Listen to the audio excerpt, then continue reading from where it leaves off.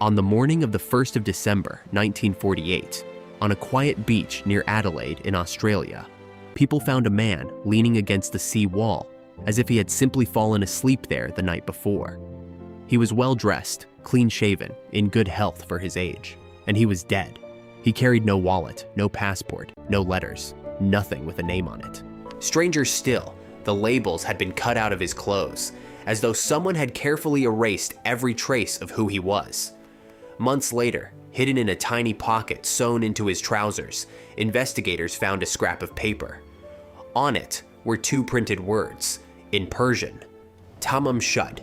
It means it is finished. It is. The words had been torn from the last page of a book of poetry, and inside that book, when it was finally found, was a code that no one in more than 70 years has ever been able to read. In 2022, science finally gave this man a name, and somehow the mystery only deepened. This is the Long Archives, where we follow the cases that refuse to close even when they seem to. If you like a mystery told carefully, the facts kept clean from the theories, subscribe and stay to the end. There is a new entry every Sunday. To feel why this case has haunted people for 3/4 of a century, you have to start where the police did, with a body and absolutely nothing else. It was the southern summer of 1948. The Second World War was 3 years gone. The Cold War was just beginning, and Adelaide was a calm coastal city at the bottom of the world. The man had been seen the evening before, lying in the same spot on Somerton Beach. Some witnesses thought they saw him move an arm and assumed he was drunk or asleep. By morning, he was gone in the permanent sense. There were small, frustrating clues to his last hours. In his pockets was an unused train ticket to a nearby beach suburb and a used bus ticket, as though he had changed his mind about where he was going. Witnesses who passed the evening before remembered a well-dressed man lying in exactly that spot. One of them was sure he had seen the figure lift an arm and thought nothing of it. No one saw him die. He arrived at that seawall alone and left no account of how. When the police examined him, the first thing they noticed was how ordinary he looked and how completely anonymous he was. A man in his 40s, fit, carefully dressed in a suit and polished shoes. In his pockets, a train ticket, a bus ticket, a comb, some cigarettes, a box of matches, a packet of chewing gum, and nothing else. No identification of any kind. When they looked closer at his clothing, they found that the maker's labels had been deliberately removed, snipped out. That single detail changed the tone of everything. A man might lose his wallet. A man does not accidentally cut the labels out of all his clothes. Someone had taken trouble to make sure this man could not be named. And so, from the very first day, the case had its shape. Not a question of how a stranger died, but of who could possibly have wanted a dead man to stay a stranger. The autopsy deepened the puzzle instead of solving it. The pathologist found a healthy man who should not have been dead. His heart was sound. There was no wound, no sign of violence. But his organs were congested in a way that strongly suggested poison. And when samples were sent for testing, no poison could be found. The leading theory was that he had been killed by a rare substance that breaks down in the body and leaves no trace. But a poison we cannot detect is not evidence. It is the absence of it. Officially, the cause of death could not be determined. He was a healthy man, dead on a beach, of no cause anyone could name. For months, the body lay unclaimed while police circulated his description around the world. People came to look. No one knew him. He was photographed, fingerprinted, even embalmed, and kept far longer than usual, in the hope someone would step forward. A plaster cast was made of his head and shoulders, a death mask that would, decades later, matter more than anyone could possibly have guessed. No one came. There was one promising lead, and it only thickened the fog. In a luggage locker at the Adelaide railway station, police found an unclaimed brown suitcase they came to believe was his.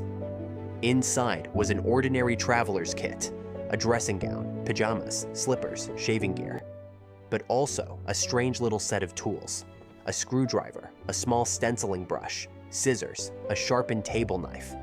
and once again, almost every maker's label had been removed. What finally tied the suitcase to the body was a tiny, telling detail. A length of unusual orange waxed thread, of a type not sold in Australia, identical to the thread used to mend a torn pocket in the trousers the dead man was wearing. It was, almost certainly, his, and it told the police nothing about who he was, only that he had taken real care to make sure they would never find out. Then came the detail that turned a sad, anonymous death into one of the strangest cases in criminal history.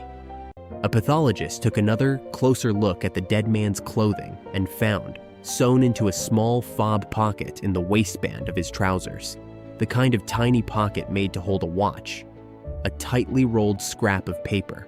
On it were printed two words, Tamam Shud. It was Persian, and it was traced to a famous book, the Rubáiyát of Omar Khayyám, a collection of medieval Persian poetry about living fully because life is brief and death is final. The phrase Tamám Shud is the last line of the book. It is ended. Someone had torn that final phrase from the final page and tucked it into a hidden pocket on a dead man. Police now had a very specific thing to search for, the exact copy of the Rubáiyát that this scrap had been torn from. And, remarkably, they found it.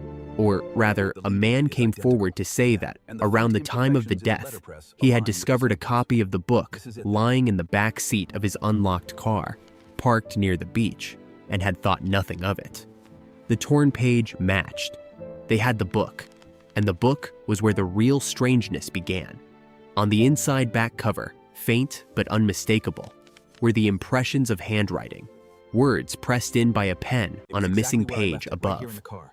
When investigators raised the marks, they found three things: a local telephone number, a second number crossed out, and 5 lines of capital letters in irregular blocks that looked for all the world like a code. The letters have never been deciphered.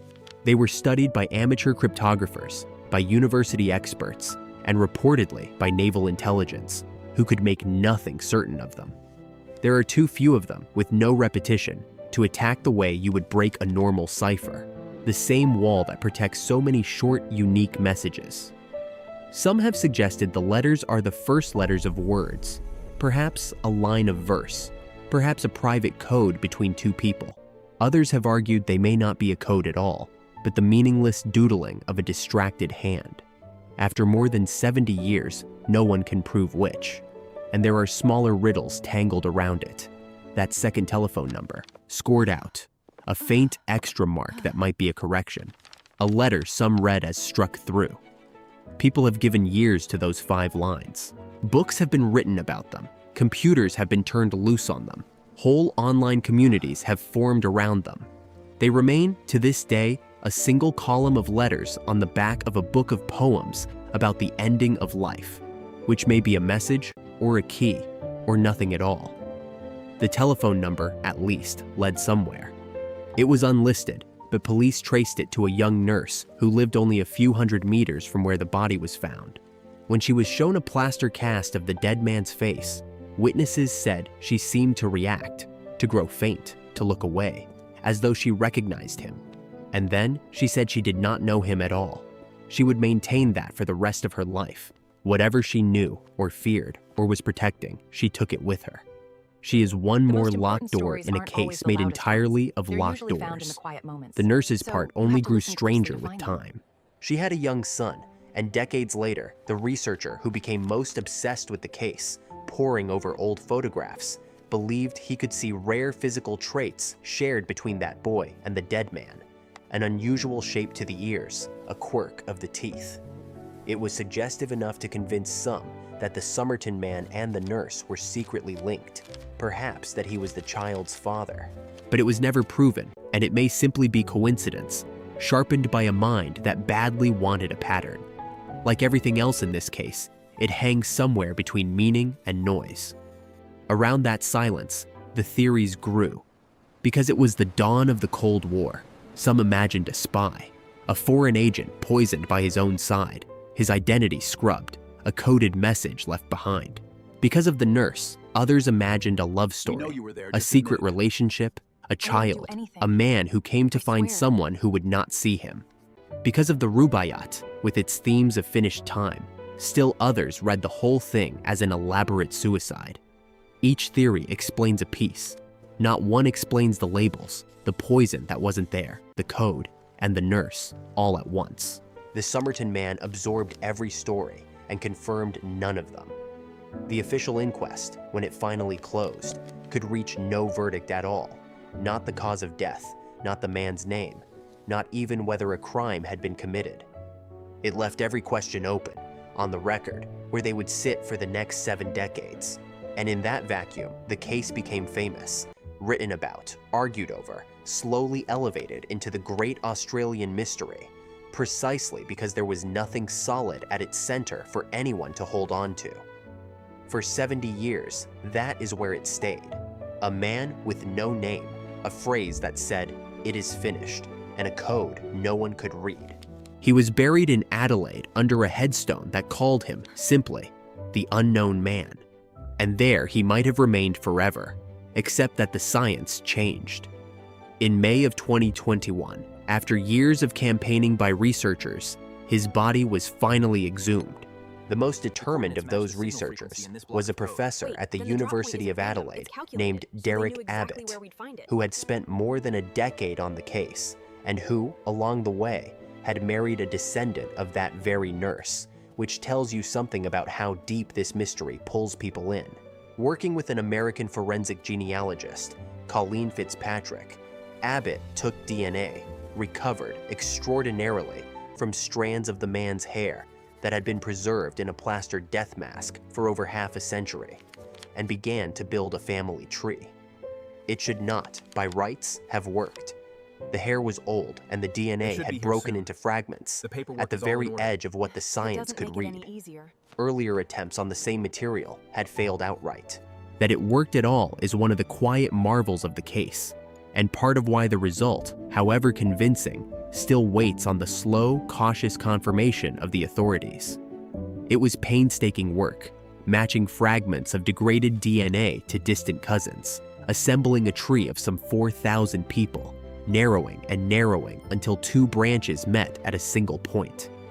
And in July of 2022, they announced a name. The Somerton Man, they concluded, was Carl Webb, sometimes called Charles, an electrical engineer and instrument maker, born in Melbourne in 1905. A real man with a family, a failed marriage, a wife who had left him and moved interstate, and, fittingly, a documented love of poetry. He wrote verse of his own. The life that the name uncovered was a quietly sad one. Carl Webb had married a woman named Dorothy in Melbourne in 1941. By her account, it was not a happy marriage, and she left him in 1946. He was, those who knew him said, a man drawn to poetry, and his own poems, his wife remembered, were mostly about death, which he had once called his greatest desire. He had lost several close relatives in a short span of years, and appears to have sunk into a deep depression. By 1951, Dorothy was living in a town in South Australia, a few hours from Adelaide. The researchers who found his name suspect, though they cannot prove, that a grieving, estranged Carl Webb had crossed the country to that beach in search of the wife who had left him. If that is true, it gently deflates the wilder theories. For decades, the cutout labels and the Cold War setting had fed a powerful idea that the Somerton Man was a spy, silenced by his own side, a notion encouraged by the fact that secret installations, a uranium mine, and the Woomera missile range lay within reach of Adelaide. But no evidence has ever tied Carl Webb to espionage of any kind. The likeliest story the name supports is not international intrigue. It is something smaller and far sadder. A depressed man, a poet preoccupied with death, who traveled to the edge of the country and did not come back. Even so, that remains an interpretation, not a verdict. The official cause of death is still undetermined, the code is still unread, and the identification itself is still not formally confirmed by the authorities. The name narrowed the mystery. It did not end it. After 74 years, the unknown man had a name. And here is the part that makes this story belong in this archive. The name answered almost nothing. It did not tell us how he died. The cause of death is still officially unknown. It did not crack the code. Those 5 lines of letters remain as silent as ever. It did not explain the cutout labels, or why a copy of the Rubáiyát ended up in a stranger's car, or what, if anything, connected Carl Webb to a nurse who swore she had never met him. The identification itself has still not been formally confirmed by the South Australian authorities. Science reached across 70 years and pulled a name out of a few strands of hair, one of the most remarkable cold case feats ever performed, and the man is, in every way that the case originally asked about, exactly as mysterious as he was the morning they found him.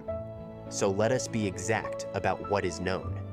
On the 1st of December, 1948, a healthy, well-dressed man died on an Adelaide beach. His clothes had no labels and he had no name. In a hidden pocket was a scrap reading "It is finished," torn from a book of poetry about the ending of life. Inside the matching book were a phone number that led to a nurse who denied everything, and 5 lines of letters that have never been read. And in 2022, DNA from his preserved hair gave him, at last, a probable name: Carl Webb of Melbourne. A finding the authorities have not yet officially confirmed. Everything else, how he died, what the letters meant, why his labels were cut away, and what he was doing on that beach at the bottom of the world, remains exactly where it was left in 1948. A name recovered from a few strands of hair after 3/4 of a century. A phrase that says the story is over, and a case that even now, with a name on the headstone, refuses to be finished. Tamam Shud, it is ended, except that it isn't.